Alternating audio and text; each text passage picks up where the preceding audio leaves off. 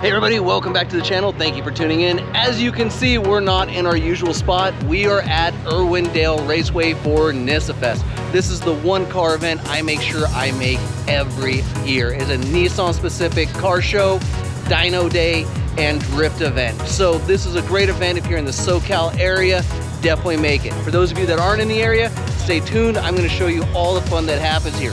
However, two things before we get to that. One, if you'd like to see more automotive, particularly GTR S14, and let's be honest, any other automotive content, don't forget to subscribe. And two, if you'd like to support the channel, check out the JD Archer shop. If you go to jdarcher.bakecartel.com, you can see a limited sections of hats, t-shirts I designed that are for sale. But with that out of the way, let's get to the show. As you can see, this actually was a pretty darn good turnout for the car show. This is actually during the roll-in, so not everybody was even there yet. There's a great combination here. You can see a great little Zenki 240 next to a 300Z. There was a whole bunch of actual S chassis. Here's another Zenki.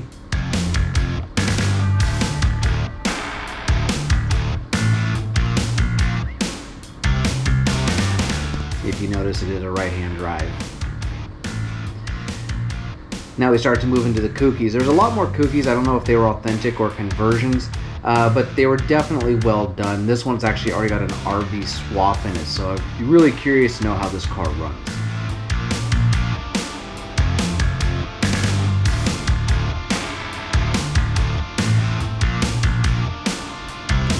Never go wrong with some work wheels with gold accents.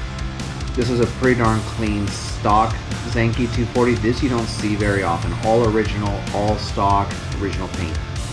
And then on the other side we have the fully modified.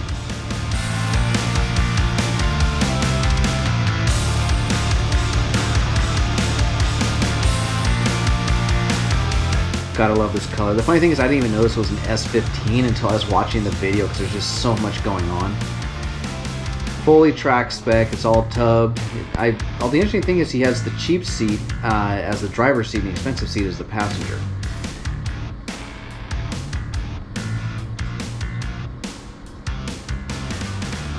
This car had done a wide body kit, but they left the rivets visible, and it actually looked pretty darn good.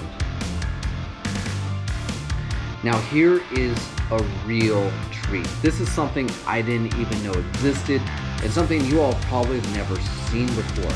This is actually a 200SX convertible.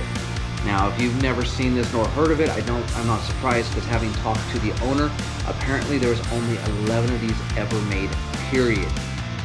The classic 240. I've built one of these. These are great cars. I like the way this one's painted to look like a kamikaze.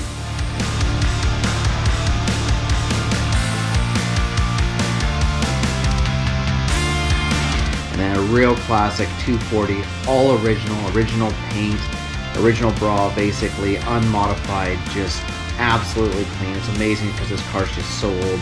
And then on the other side, here's another one, another orange 240. This one would be a 260. I couldn't really tell, but it actually has a stock engine. So there it is. It's either an L24, L26, or L28. I'm really not quite sure how to tell the difference, but nice to see one with an original engine. Here's some 240 ZXs. Very nicely done.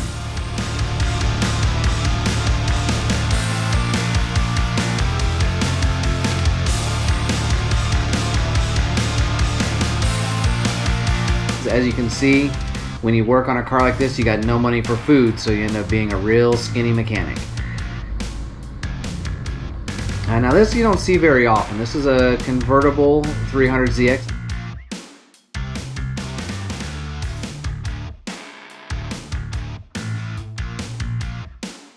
Really clean and nice. The other thing that I wasn't quite sure of was original or not was this reverse open hood. So if you know, I always thought they opened the other way, but if I'm wrong, someone post in the comment section, let me know.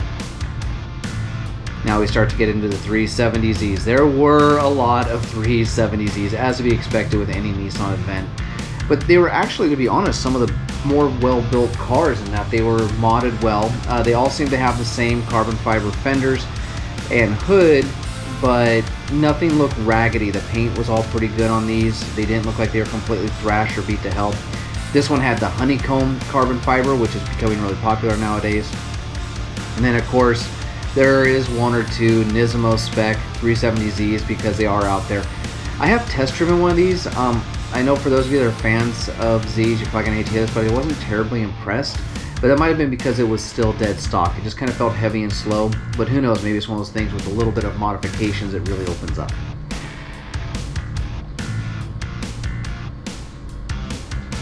Now this was really unique. It looks like they tried to do a copper paint, but I don't know if this is on purpose or an accident that they didn't really mix in the flick too well. So it created this weird pattern. Now this car we saw last year, the Zelda 350Z, apparently this time he's missing a bumper, so I'm not quite sure what happened there. And then of course we finish it off with the 400Z, you know, well, someone's gonna yell at me, the Z car. Called a 400 just to differentiate. This one was really clean. It's nice to see that there's a lot of aftermarket support for this car already. Now this was a lot of fun. This is something you'll see very often. An original Nissan Frontier from looks like probably the 80s next to one of the new Nissan Frontiers. The most interesting thing to note is take a look at the difference in size. This truck has gotten absolutely huge compared to what it used to be. And then this engine should look kind of familiar. For those of you who have been following the channel, that might look something like Mike's engine in his 240. Of course, there was a really good turnout of Infiniti owners.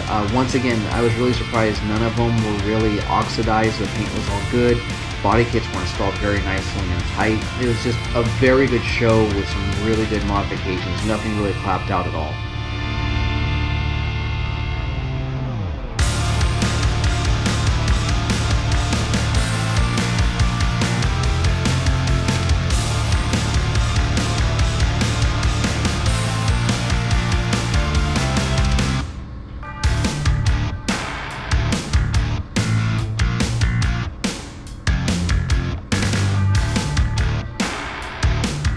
Now this had to be an actual show car. I mean, this car just looked like everything was accounted for and put together. Look at that engine bay, super clean. So my money's on this as a car show car that goes around.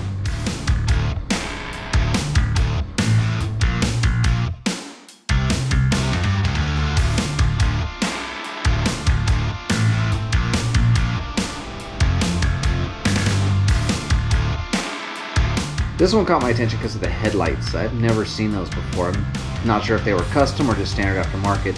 And this one just huge wide body kit. So had to give some attention to somebody who put some time in to do a full wide body kit. It looks like they did a pretty good job, except from the color. Looks like there's a match all over the place. Mike really liked this car. It's basically an anime car with a Natasha wrap, but I mean, not only did they get the engine bay and the sides, but they got the wheels. So somebody put the time in on this one and the money.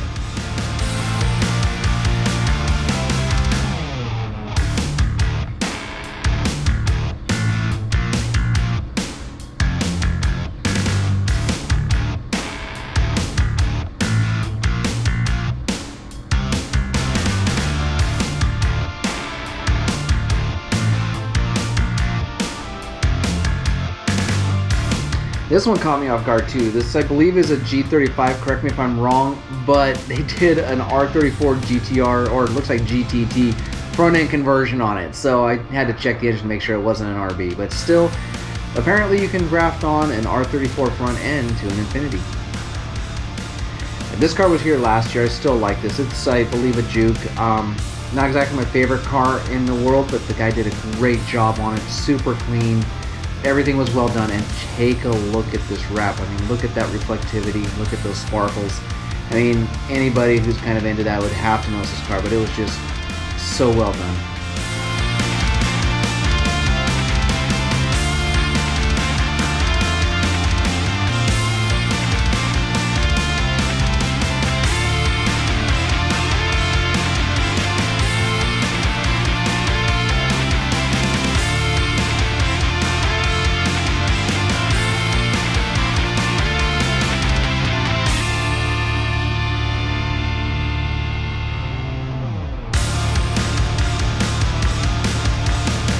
This has got to be one of the cleanest R32 GTRs I have ever seen. Clean on the outside, clean on the inside, clean in the engine bay, and it looks like it's dead stock. I mean, check that out. Well, it looks like it does have aluminum radiator, but other than that, it's pretty much stock, clean, Nismo tower strut bar. But look at this interior. It looks like probably what it looked like the day it came off the showroom floor. And this, ladies and gentlemen, this caught me off guard. For those of you who don't know me, I do have a bit of a thing for Hakosukas, but I also, just like all of you, have a thing for the R34 GTR. And my ideal spec is a Bayside Blue R34 GTR. So it was real exciting for me to actually see one of these up close. Now, as a note, there was some things that are a little bit odd about this car that kind of makes me wonder what's going on. One, only GTTs are currently legal in the US. He does have dealer plates, and it might just be here flat out illegally. The other thing is he claims that that's a V-Spec 2 NUR edition, but there were some things that we were noticing were a little off, and I think that's why he took off in the pretty darn soon after he got there. The hood wasn't aligned right, the front bumper wasn't aligned right, the hood didn't match with the front.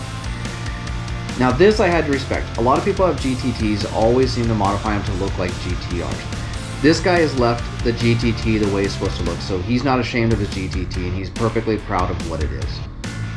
This actually was kind of cool.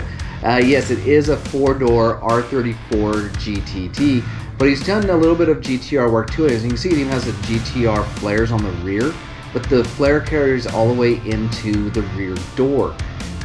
I think that's kind of a cool concept. I really like the way it looked. It was very well done.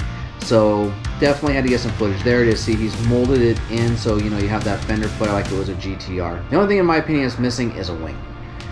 Then of course, gotta show some love to the R35s. Mine wasn't there this time because I was having the bumper redone. Oop, that's a little spoiler for something coming up in the future.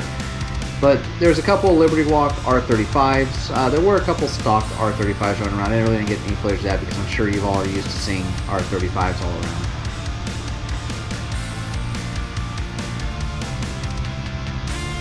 And of course, a Supra that got lost, and I had to laugh because there's no intercooler, so therefore it was a non-turbo automatic. And that was pretty much it for the car show. So let's go ahead and end this off with some drifting. There were some pretty good drifters out there.